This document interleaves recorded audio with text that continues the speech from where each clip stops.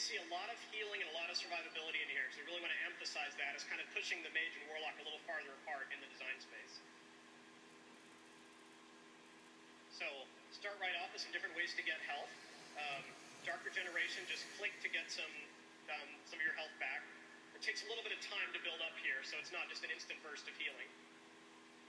Soul Leech just lets your Shadow Bolt, Incinerate, and Malefic Grasp, we probably think, what is that? Heal you. And then Harvest of Life drains life from the target and other targets in the area. Now, something I want to point out here is in the blue text we have Empowered Channel. This is a cool thing we're trying with a lot of the Warlock channels, where if you cast the channel again before it's finished, it increases the duration. So rather than sitting there channeling the whole time, you channel, channel, channel, channel, and now you have a nice long duration spell. It feels pretty cool.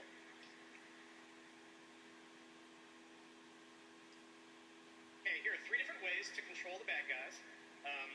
You can have an AE Fear or an AE Stun, or you can have Mortal Coil is a new design on Death Coil. It's not about doing damage, but it is about making them run away and healing yourself.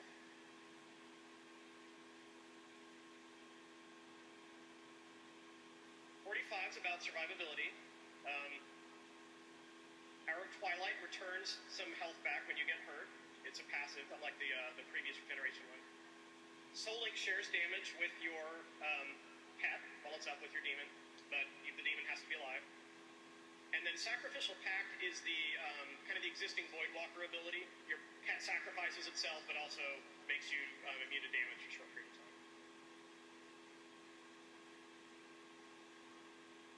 Level 60 has 3 ways to heal yourself or avoid damage. Bloodstone's an instant heal. Spell Drain you cast on yourself, and then the next single target spell to come at you heals you for half the damage it would have dealt instead. And then Nether Ward, transform your Twilight Ward. What Twilight Ward is we just combine a Holy Shadow Ward into one. So you have your ward up, and then if you have Nether Ward, it replaces your Twilight Ward and makes you, reduces damage to that school that you get hit by for 12 seconds. The really cool stuff is in the next 2 tiers. 75 is about your pet, and you can do 3 crazy things here. The Grimoire of Supremacy basically replaces your demon with a more powerful demon. This is permanent passive, so if you take this, you can have a Shivan or an Abyssal as your pet instead of the current run-of-the-mill Warlock pets. All of these are more powerful. They have slightly more powerful versions of their current abilities. The Grimoire of Service is a 30-second cooldown that lets you have 2 pets out at the same time. And then Grimoire of Sacrifice, this is something else we've heard a lot, is we never really liked the idea of the Destrolock who just gets rid of their imp and then just doesn't have a pet the rest of the time. But players would tell us, I really like that mechanic. Is there any way of bringing it back? So we thought if the pet wasn't gone permanently, that could be a cool thing.